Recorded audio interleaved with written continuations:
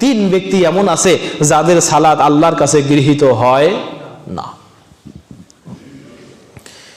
আল্লাহ নবী বলছেন তিন ব্যক্তি এমন আছে যাদের সালাত আল্লাহর কাছে গৃহীত হয় না।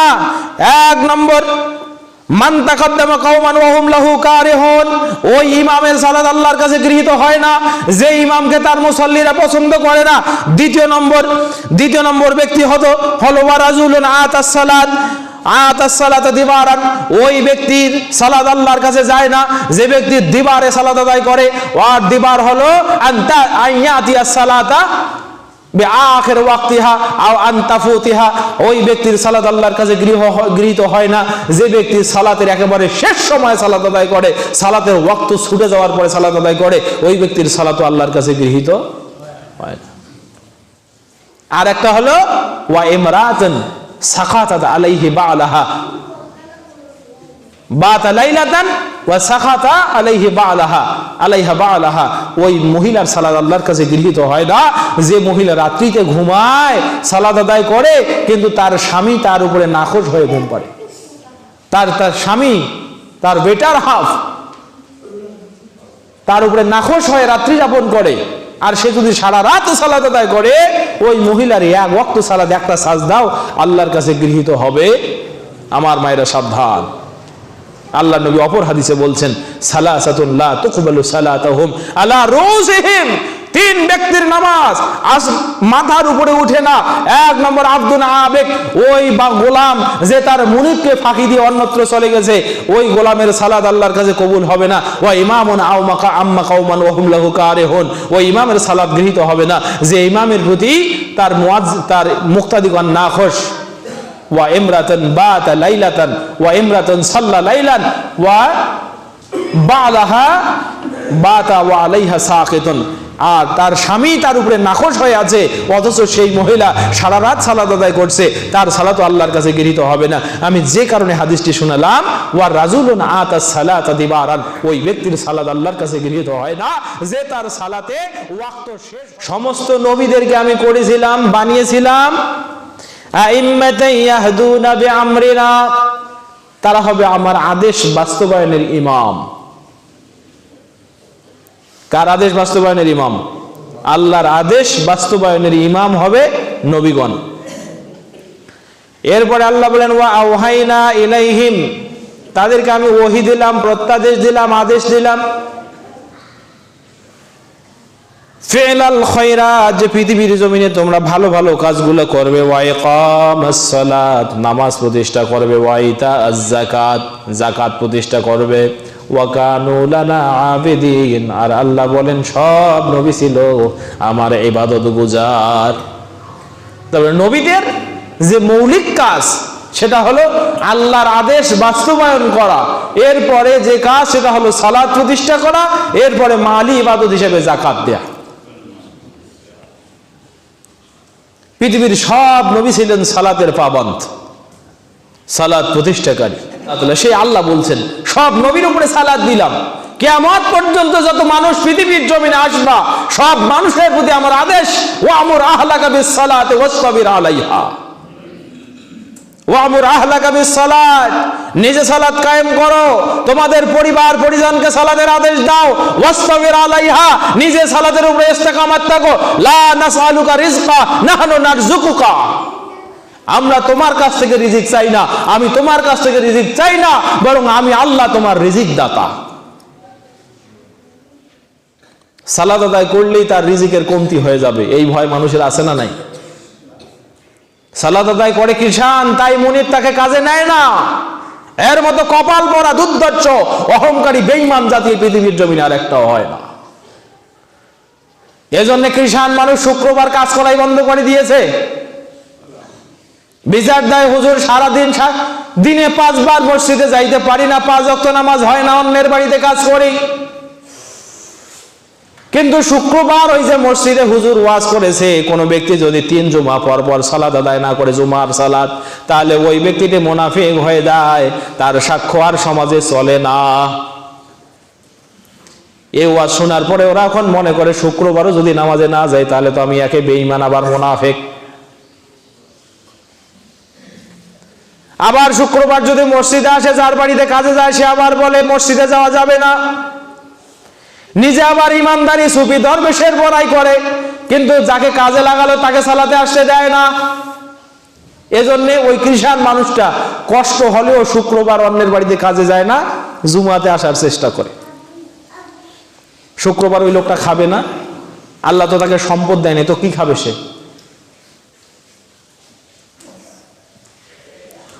সম্মানিত উপস্থিতি, এই সিস্টেম বদলাতে হবে। আল্লাহ সেই কথা বলছেন।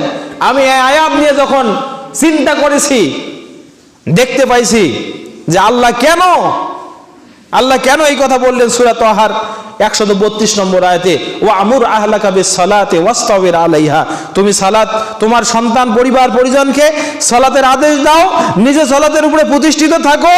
লা নাসআলুকা রিজকা, আমি তোমার কাছ থেকে রিজিক চাই না। নাহনু নারযুকুকা ওয়াল আকিবাতু লিত-তাকওয়া, তোমাকেই বরং আমি রিজিক দেই। সালাতের সাথে রিজিকের কি সম্পর্ক? আল্লাহ এটা দ্বারা যেমন সমাজের কুচক্রী, বেঈমান, অবিশ্বাসী মানুষদেরকে সাবধান সতর্ক করেছেন, তেমনি সালাত আদায় করলে রিজিকে বরকত হবে, এ নিশ্চয়তাও আল্লাহ দিয়েছেন। সালাত আদায় করলেই রিজিকে বরকত। সালাত যে আদায় করবে তার রিজিকে বরকত হবে, সালাত যে আদায় করবে না তার রিজিকে বরকত হবে না। কামা জা ফি সূরাতি তাহা, অন্য আয়াতে সূরা তাহার ভিতরে আসছে, ওয়া মান আ'রাদা আন যিকরি ফাইন্না লাহু মাঈশাতান জানকা, কোন ব্যক্তি যদি আমার জিকির থেকে মুখ ফিরিয়ে নেয়, আর জিকির শব্দের প্রথম অর্থটাই হলো সালাত। জিকির শব্দের অর্থ কি? সালাত। কোন ব্যক্তি যদি সালাত থেকে মুখ ফিরিয়ে নেয়, ফাইন্না লাহু মাঈশাতান জানকা, আল্লাহ তাআলা তার রিজিকের সংকীর্ণতা তৈরি করে দেয়। দুনিয়ার জীবনের শাস্তি, তার রিজিক সংকীর্ণ হয়ে যাবে। ওয়া নাহশুরুহু ইয়াওমাল কিয়ামাতি আ'মা, আর কিয়ামতের ময়দানে এটা অন্ধ হয়ে উঠবে। আল্লাহকে বলবে, আল্লাহ লিমা হাসারতানি আ'মা, আপনি কেন আমাকে অন্ধ বানিয়ে উঠালেন? ওয়াকাদ কুনতু বাসীর, আমি পৃথিবীর জমিনে তো দৃষ্টিমান ছিলাম, দেখতে পাইতাম। আল্লাহ বলবেন, কাযালিকা আতাতকা আয়াতুনা ফানাসিতাহা ওয়া কাযালিকাল ইয়াওমা তুনসা, কেন তোমাকে অন্ধ বানিয়েছে জানো? পৃথিবীর জমিনে বারবার মুয়াজ্জিন তোমাকে সালাতের জন্য ডেকেছে, কিন্তু বারবার তুমি ভুল করে মসজিদ থেকে ফেরার হয়েছো, পালিয়ে গিয়েছো, সালাতে যাও নাই। যার কারণে আজকে তুমি যেহেতু ওই দিন আমার ডাক ভুলে গেছো, আমি আল্লাহ আজকে তোমাকে ভুলে গেলাম, যাও।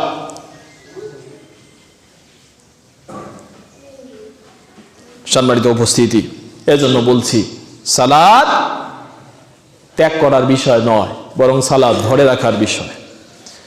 হাদিসের ভিতরে নাই গেলাম, হাদিস তো বলছে মান তারাকাস সালাতা ফাকাদ হাদামাদ-দ্বীন, যে সালাত ত্যাগ করলো সে দ্বীনকে ধ্বংস করে ফেললো।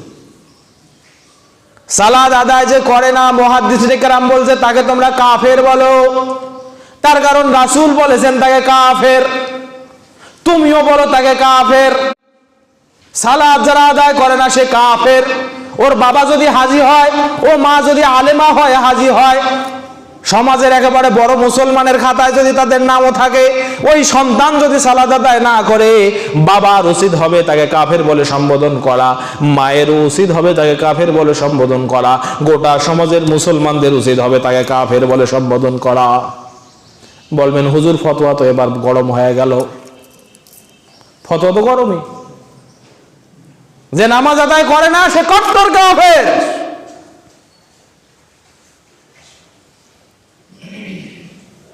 তবে ইতিকাদি কাফের নয়, বিশ্বাসগত কাফের নয়, সে আমালি কাফের, আমল করে না তাই কাফের। আবার যদি জিজ্ঞেস করেন সালাত আছে বিশ্বাস করো না নাই, কয় হ্যাঁ বিশ্বাস করি কিন্তু পড়তে পারি না, এটা হলো আমালি কাফের। যদি বিশ্বাস করেন সালাত আছে জানো কি না, যদি বলে না সালাত আমি মানি না তাই পালনও করি না, ওটা হলো ইতিকাদি কাফের, বিশ্বাসগত কাফের। ফাহুয়া খারিজুম মিনাল ইসলাম, সে ইসলাম থেকে বের হয়ে গেছে, ওর সাথে যুদ্ধ করতে হবে, মুসলমানদের হাকিমের নির্দেশে তাকে হত্যা করতে হবে। ইমাম মালিক রাহমাহুল্লাহ বলছেন তাকে শুলে চড়াও, হত্যা করো, কিন্তু আপনি পারবেন না, এটা মুসলমান শাসকের কাজ। এবার আসেন, তাহলে সালাত আদায় করতেই হবে। এতদিন পর্যন্ত যে ওয়াজ শোনেন না, আজকে সেই ওয়াজ শোনেন। সালাত আদায় করা, সালাত প্রতিষ্ঠা করার শর্ত তিনটা। কয়টা? জোরে বলেন কয়টা? তিনটা শর্ত। তিন শর্তে সালাত প্রতিষ্ঠিত হয়। তিন শর্ত যারা পালন করতে পারে না, ব্যক্তিগতভাবে সালাত আদায় করলেও তার জীবনে সালাত প্রতিষ্ঠার কোনো আন্দোলন হয় না, সালাত প্রতিষ্ঠায় তার কোনো ভূমিকা থাকে না। শুনতে রাজি আছেন না নাই? এক, সালাত প্রতিষ্ঠা করতে হবে লে ওয়াক্তিহা, নির্দিষ্ট সময়। কখন? সালাত প্রতিষ্ঠার প্রথম শর্ত হলো সালাত নির্দিষ্ট সময়ে আদায় করতে হবে। অন্য সময়ে সালাত আদায় করলে সালাত হয়তো আদায় না করার গুনাহ কেটে যায়, কিন্তু সালাত প্রতিষ্ঠা করা হয় না। কোথায় আছে? আল্লাহ রাব্বুল আলামিন বলেন, فَإِذَا قُضِيَتِ الصَّلَاةُ فَاذْكُرُوا اللَّهَ فَإِذَا قَضَيْتَ الصَّلَاةَ فَاذْكُرُوا اللَّهَ قِيَامًا وَقُعُودًا وَعَلَى جُنُوبِكُمْ فَإِذَا اطْمَأْنَنْتُمْ فَأَقِيمُوا الصَّلَاةَ إِنَّ الصَّلَاةَ كَانَتْ عَلَى الْمُؤْمِنِينَ كِتَابًا مَوْقُوتًا। সূরা নিসা আয়াত নম্বর 104।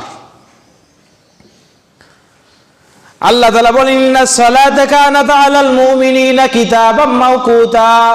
বিশ্ববাসী জেনে নাও, হে মুমিনেরা, তোমাদের প্রতি সালাত আমি লিখে দিলাম নির্দিষ্ট সময়ে আদায় করার জন্য। দিনে কয় ওয়াক্ত সালাত? মানুষ যে বলে 3 ওয়াক্ত, বিশ্বাস করেন নাকি? একদিন বলছি না, কয় ওয়াক্ত সালাত? 5 ওয়াক্ত। এখন সালাতের নির্দিষ্ট টাইম আমরা বানিয়ে নিয়েছি। আল্লাহ দিলেন একটা টাইম, আমরা বানালাম আর একটা টাইম। হাদিস বলে একটা টাইম, মানুষ বলে আর একটা টাইম। এমন আবার সালাতের ওয়াক্ত, এক ফজরের সালাত রমজান মাস আসলেই হয়ে যায় 4:30টা। আবার এখন ঠান্ডা, মানুষ আদায় করে 6টা। হলো? আবার এই মাসেই যদি রমজান মাস হইতো, এই জানুয়ারিতে যদি রমজান মাস আসে, বেঁচে থাকা মুহূর্তে দেখবেন কোন সময় যদি জানুয়ারিতে রমজান আসে, তাহলে আবার ঠিকই এই নামাজ হবে 4:30টায়। নাউজুবিল্লাহ বলবেন না, মনে হয় বুঝেন নাই। এখন দেখেন মসজিদে সালাত আদায় করছে 6টায় বা পৌনে 6টায়।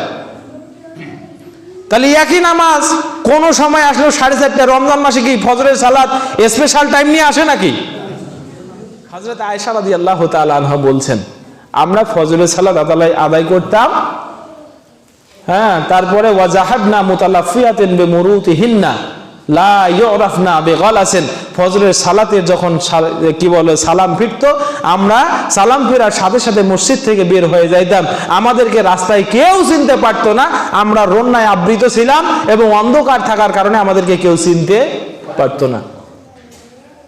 লা ইউরাফনা বিল গলাস, আরবিতে গলাস মানে অন্ধকার। অন্ধকার, রাস্তায় অন্ধকার থাকার কারণে আমাদেরকে চিনা যাইতো না। আচ্ছা, ফর্সা যদি হয় তাহলে এই মুরব্বী যাচ্ছে রাস্তা দিয়ে, আপনাদের কেউ ফর্সা তো না, চিনতে পারবেন না।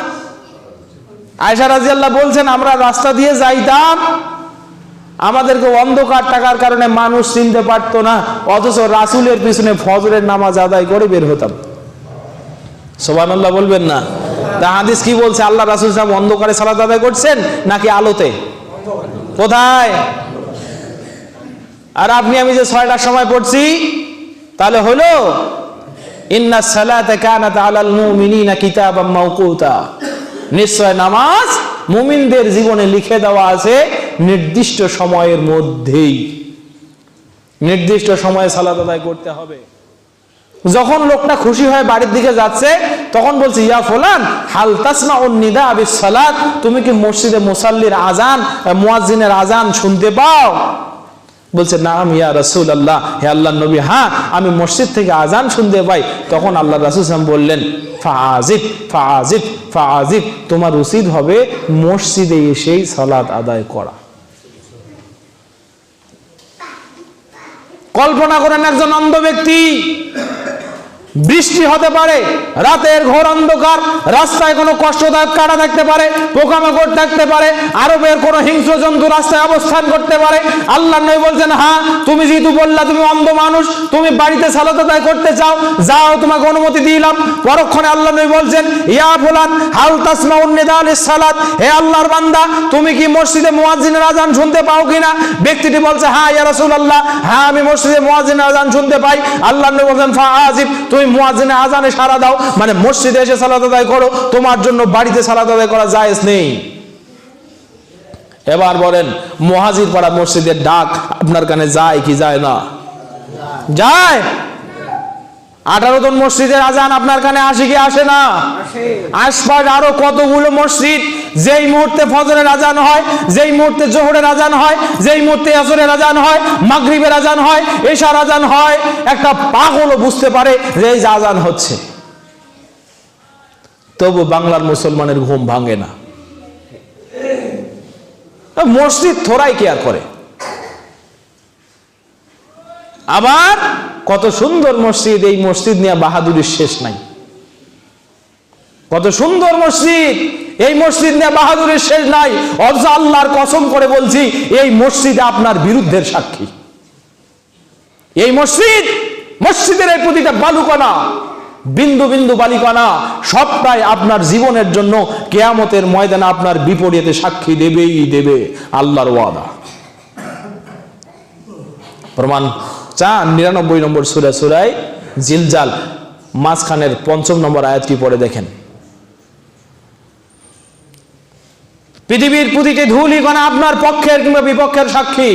সেইভাবেই বলছি, এই মসজিদে যদি আপনি 5 ওয়াক্ত নামাজে সাড়া না দেন, সামর্থ্য থাকা সত্ত্বেও এই মসজিদের ধূলিকণা, এই মসজিদের প্রতিটা টাইলস, এই মসজিদের প্রতিটি ফ্যান, এই মসজিদের প্রতিটি লাইট, মসজিদে আস্থা পরে যা দেখা যায়, অবলোকন করা যায়, সবটাই আপনার জীবনের বিপক্ষে সাক্ষ্য দেবেই দেবে, দেবেই দেবে।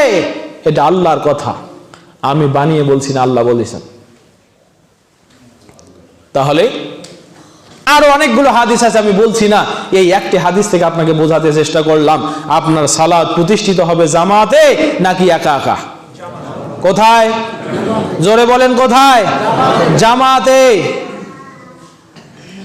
এবার আসেন 3 নম্বর শর্ত, লিইতিবারি কাইফিয়াত সালাতুন নবী সাল্লাল্লাহু আলাইহি ওয়াসাল্লাম। 3 নম্বর শর্ত হলো, আপনার সালাত প্রতিষ্ঠিত হবে তখনই যখন আপনার সালাতটা বিশ্বনবীর দেখানো সুন্নাহ অনুযায়ী হবে, নচেত সালাত হবে না। প্রথম যে 2টা গুণের কথা বলছি, কোন ব্যক্তি নির্দিষ্ট সময়ে সালাত আদায় করতে পারে নাই, অন্য সময় সালাত আদায় করেছে, এই ব্যক্তি সালাত ত্যাগ করার যে গুনাহ, এই গুনাহ থেকে বেঁচে যাবে। কোন ব্যক্তি সালাতে আদায় করতে পারে নাই, একা একা সালাত আদায় করেছে অন্য সময়ে, তবু ওই ব্যক্তিটার 1 গুণ সওয়াব হবে, তাসবিহ তাহলিল করার জন্য যে সওয়াব সেটা হবে, কিন্তু জামাতের যে 27 গুণ সওয়াব, এইটা থেকে সে বঞ্চিত হবে। কিন্তু কোন ব্যক্তির সালাত যদি রাসূল সাল্লাল্লাহু আলাইহি ওয়াসাল্লামের সুন্নাহ অনুযায়ী না হয়, ফাসালাতু ফাসিদা ফাসালাতু ফাসিদা ফাসালাতু ফাসিদা, তার ওই ব্যক্তির সালাতটা নষ্ট হয়ে যাবে। এই সালাত জামাতে আদায় করলো নষ্ট, এই সালাত একা একা আদায় করলো নষ্ট, এই সালাত ওয়াক্ত মতো আদায় করলো নষ্ট, ওয়াক্ত ছাড়া আদায় করলে তবুও নষ্ট। তাহলে উপরের 2টা গুণ হলো পরোক্ষ গুণ, পরোক্ষ শর্ত। প্রথম মূল শর্তটা হলো আপনার সালাত হতেই হবে রাসূল সাল্লাল্লাহু আলাইহি সাল্লামের সুন্নাত অনুযায়ী। আজ অনেক বক্তা বের হয়েছে, সে আবার মডিফাইড ইসলাম অথবা বিউটিফাইড ইসলাম প্রকাশ করছে। অথচ জেনে রাখা দরকার, your modified Islam or beautified Islam is not true Islam, but purified Islam is the Islam of Muhammad sallallahu alayhi wasallam. তোমার মডিফাইড করা ইসলাম, তোমার পিউরিফাই করা ইসলাম, এটা প্রকৃত ইসলাম নয়, বরং প্রকৃত ইসলাম হলো হযরত মুহাম্মদ সাল্লাল্লাহু আলাইহি ওয়াসাল্লাম এই পৃথিবীর জমিনে যে ইসলাম রেখে গেছে সেই ইসলাম। সালাম দিচ্ছে, আসসালামু আলাইকুম ওয়া রাহমাতুল্লাহি তাআলা ওয়া বারাকাতুহু। কোন হাদিসের বলে এই সালাম সাবেত হলো? আল্লাহর জমিনে কোন মুহাদ্দিস দেখাইতে পারলো, দেখাইতে পারবে যে আল্লাহর নবী মুহাম্মদ সাল্লাল্লাহু আলাইহি সাল্লাম তার সাহাবীদেরকে সালাম দেওয়ার মুহূর্তে সালাম দিয়েছেন, আসসালামু আলাইকুম ওয়া রাহমাতুল্লাহি তাআলা ওয়া বারাকাতুহু। তাআলা ওয়া বারাকাতুহু, এই যে তাআলা এই শব্দটি আল্লাহর নবীর সালামের বরাতে যতগুলো হাদিস সম্পর্কে আমার জ্ঞান আছে, এইরকম কোন সালাম আল্লাহর নবী সাহাবীদেরকে দেন নাই। বরং আল্লাহ নবীর সালাম হলো ফাসাল্লিম আলা হাউলাইন নাফার। আল্লাহ নবী আদম আলাইহিস সালামের কথা বলছেন, আল্লাহ তাআলা আদম আলাইহিস সালামকে তৈরি করে ফেরেশতাদের কাছে পাঠালেন। ওই যে দেখো ওখানে জুলুসুম মিনাল মালাইকা, ফেরেশতাদের কিছু অংশ বসে আছে, ফাসাল্লিম আলাইহিম, তুমি তাকে গিয়ে সালাম করো। আদম আলাইহিস সালাম গিয়ে সালাম করলেন, ফেরেশতারা উত্তর দিলেন ওয়া আলাইকাস সালাম। রাসূল সালামের ব্যাপারে যতগুলো হাদিস বলছেন আমি 3টি শব্দ পর্যন্ত দেখেছি, আসসালামু আলাইকুম ওয়া রাহমাতুল্লাহ ওয়া বারাকাতুহু ওয়া মাগফিরাতুহু। এখন আবার কিছু গণ্ড মূর্খ মানুষ সমাজে চালু করছে ওয়া জান্নাতুহু। যে মানুষের ইবাদতের ব্যাপারে বিদআত সম্পর্কে জ্ঞান থাকে না, এই জন্যই আমি বলছি ওর কাছে সালাত শুদ্ধ করার ওয়াজ করেও কোনো লাভ। এখন আপনি বলবেন সল্লু কামা রাআইতুমুনি উসাল্লি। আল্লাহর নবী সহিহ বুখারীর হাদিসে বলছেন সল্লু, তোমরা সালাত আদায় করো, কামা রাআইতুমুনি উসাল্লি, আমি যেভাবে সালাত আদায় করেছি সেইভাবে সালাত আদায় করো। হযরতে আবু সাইদ খুদরি, হযরতে আব্দুল্লাহ বিন মাসউদ রাদিয়াল্লাহু তাআলা আনহু বলছেন আল্লাহর নবীর সালাত তো আমরা দেখেছি। আল্লাহর নবী আবু হুরায়রা রাদিয়াল্লাহু বলছেন যখন আল্লাহর নবী সালাতে দাঁড়াইতেন তখন বলতেন, কি বলতেন, সাওউ সুফুফাকুম ওয়া হাযু বাইনা মানাকিবিকুম আল আখদাম, তোমরা তোমাদের শাড়িগুলো সোজা করো, তোমাদের কাঁধে কাঁধ মিলাও, পায়ের সাথে পা মিলাও, পায়ের টাকনুর সাথে পায়ের টাকনু মেলাও। ফাইন্না তাসফিয়াতাস সুফুফ মিন তামামিস সালাত, কেননা সালাতে শাড়ি সোজা করা এটা সালাত পূর্ণতার একটি অংশ। সালাতে যখন শাড়ি সোজা হয়ে যেত আল্লাহর নবী সুন্দর করে পাশ ঘুরে বলতেন ইয়ারহামুকুমুল্লাহ, হে আল্লাহর বান্দারা মুসাল্লিগণ, তোমাদের উপর দিয়ে আল্লাহ রহম করুন। আমিন, আল্লাহর রহমত আমরা চাই। কত সুন্দর দোয়াটা না? বাংলাদেশের 90% মুসলমান এবং এই মুসলমানের প্রায় 95% মসজিদে এভাবে আল্লাহর নবীর এই সুন্নাতটা বাস্তবায়ন করা হয়নি, অথচ হুজুর ওই মসজিদে ইমামতি করছে আজ 35 বছর থেকে। কয় বছর? 35 বছর হুজুর ইমামতি করেছে, এখানে ছিড়ছে ওর ইমামতি। আর মাঠে গরু চড়া রাখালের রাখালি, রাখাল যেমন তার গরুগুলোকে অবাধ্যতার কারণে আজ পর্যন্ত দড়িতে বাঁধা ছাড়া নিয়ন্ত্রণ করতে পারে নাই, এর ইমামতি ঠিক তদ্রূপ। এ তার মুসাল্লিকে এখনো কিছুই শেখাতে পারে নাই। সম্মানিত উপস্থিতি, আরো কত কথা বলবো। হযরতে আব্দুল্লাহ বিন মাসউদ রাদিয়াল্লাহু তাআলা আনহু বলছেন আল্লাহর নবী যখন ডান দিকে সালাম ফাসাল্লামা আলা ইয়ামিনিহি হাত্তা রাইনা বায়াদা খাদ্দাহু, তিনি তার ডান দিকে সালাম ফিরাতেন, বলতেন আসসালামু আলাইকুম ওয়া রাহমাতুল্লাহ। আমরা পিছন থেকে তার ডান দিকের গালের নরম শুভ্রতা সাদা অংশ দেখতে পাইতাম। ফাসাল্লামা আলা ইয়াসারিহি ওয়া আসসালামু আলাইকুম ওয়া রাহমাতুল্লাহ। বাম দিকে ঘাড় ফিরাতেন, বলতেন আসসালামু আলাইকুম ওয়া রাহমাতুল্লাহ। এটা যখন বলতেন আমরা পিছন থেকে উল্টা দিক থেকে তার গালের শুভ্র অংশ দেখতে পাইতাম। এভাবে কোন ইমাম কোন মুসাল্লি এখন সালাম ফিরে না, শুধু বলে আসসালামু আলাইকুম আসসালামু আলাইকুম। হলো আল্লাহ নবীর সুন্নাত হয়েছে? রুকু ঠিক হয় না, সাজদা ঠিক হয় না। আনাস রাদিয়াল্লাহু তাআলা আনহু বলছেন আল্লাহর নবী মুহাম্মদ সাল্লাল্লাহু আলাইহি ওয়াসাল্লাম বলছেন ইন্না আসওয়াস সারিক আসওয়াউস সারিক আল্লাযী ইয়াসরিকু ফি সালাতি। আল্লাহর নবী বলছেন সবচেয়ে নোংরা চোর, খারাপ চোর ওই ব্যক্তি, ওই চোর যে তার সালাতের ভিতরে চুরি করে। আল্লাহর নবী সাহাবীগণ বলেন ইয়া রাসূলুল্লাহ ওয়া কাইফা ইয়াসরিকু ফি সালাতি, সালাতে কিভাবে চুরি করে? আল্লাহর নবী বলেন লা ইউতিম্মা রুকুহু ওয়া সুজুদাহু, লা ইউতিম্মা রুকুহু ওয়া সুজুদাহু, সে তার রুকু এবং সাজদা ঠিকঠাক করে না, ওই ব্যক্তিটা হলো সালাতের চোর। সালাতে যাবেন শুধু সু সু সু সু, এই এখানে ইঞ্জিনের মতো চলছে গাড়ি। আল্লাহর নবী মুহাম্মদ সাল্লাল্লাহু আলাইহি ওয়াসাল্লাম 12টি দোয়া করেছেন সাজদায়, 13টি দোয়া করেছেন সাজদায়, 12টি দোয়া করেছেন রুকুতে।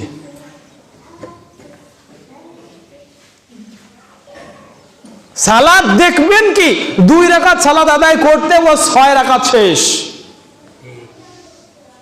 এমন কামিল মাদ্রাসার প্রিন্সিপাল পর্যন্ত দেখেছি রুকু থেকে উঠে কোমরটা সোজাই করে না, ওই একই সামি আল্লাহ সাজদায় যাওয়া শেষ, আল্লাহু আকবার বলার পর্যন্ত সময় না। অথচ আল্লাহু আকবার এটা সালাতের একটি ওয়াজিবাত। এক তাকবীর যদি বেশি হয় তাহলে সেটা আমলে কাসির হবে, এক তাকবীর যদি কম হয় আমলে কালিল হবে। আমলে কালিল এবং আমলে কাসির দুটাই সালাত ভঙ্গের শর্ত। হুজুর সামি আল্লাহ বলে রুকু মেরুদণ্ড সোজাই করে না, ওই মুহূর্তে সাজদায় যায়, ওর রুকুও হয় না সাজদাও হয় না, পুরো সালাতটাই নষ্ট। কামিল মাদ্রাসার প্রিন্সিপাল যদি এই করে তাহলে ওকে দেখে যে মানুষেরা শিখলো, সে কি করবে? সম্মানিত উপস্থিতি, এই জন্য বলছি, তাহলে আমি কয়টি কথা বললাম? এক, সালাত প্রতিষ্ঠা করার প্রথম নম্বর শর্ত আস-সালাতু লিওয়াক্তিহা, সালাত প্রতিষ্ঠিত হবে নির্দিষ্ট সময়ে। 2, আস-সালাতু লিজামাতিহা, সালাত প্রতিষ্ঠিত হবে জামাতে। 3, আস-সালাতু তাকুনু লিইতিবারি সুন্নাতান নবী মুহাম্মদ সাল্লাল্লাহু আলাইহি ওয়াসাল্লাম। আস-সালাত, সালাত অবশ্যই হবে নবী মুহাম্মদ সাল্লাল্লাহু আলাইহি ওয়াসাল্লামের দেখানো শর্তে। উপরে 2টা শর্তে সালাত যদি আপনি আদায় করতে নাও পারেন, মানে ওয়াক্ত মতো আদায় করতে পারলেন না, একা একা আদায় করলেন, তরক করার যে গুনাহ সেটা কেটে গেল। জামাতে আদায় করতে পারলেন না, একা একা আদায় করলেন, তবুও আদায় হবে, তাসবিহ তাহলিলের জন্য যে সব সেটা পেয়ে যাবেন। কিন্তু সালাত যদি নবী সাল্লাল্লাহু আলাইহি ওয়াসাল্লামের সুন্নাহ অনুযায়ী না হয় তাহলে ওই যে রাসূল সাল্লাল্লাহু আলাইহি ওয়াসাল্লাম বলছেন, সাহাবী বলছেন তুমি কত বছর এভাবে সালাত আদায় করো? আর এক সাহাবী বলছে, আল্লাহ নবীর সাহাবী, আমি এই সালাত বেকদরে 40 সানা, 40 বছর থেকে আদায় করছি। তখন সাহাবী বলছেন যে তোমার সালাত হয় নাই, তোমার 40 বছরের সালাত আল্লাহর কাছে উঠে নাই, আল্লাহর কাছে যায় নাই, 40 বছরের সালাত ব্যর্থ। নবীর সাহাবী আরেকজনের সালাত দেখে বলছে তোমার 40 বছরের এরকম সালাত ব্যর্থ। আজকে যদি আমরা কোরআন হাদিস থেকে রেকটিফাই করে কথা বলে আপনাকে সালাতের হিসাবটা দিয়ে দেই, তাহলে আপনি বুকে হাত দিয়ে বলবেন, হুজুর আমি তো 50 বছর থেকে সালাত আদায় করছি, আমার মনে হয় আমারও সালাতগুলো আল্লাহর কাছে উঠে নাই। শেখার দরকার আছে না নাই? জোরে বলেন আছে না নাই?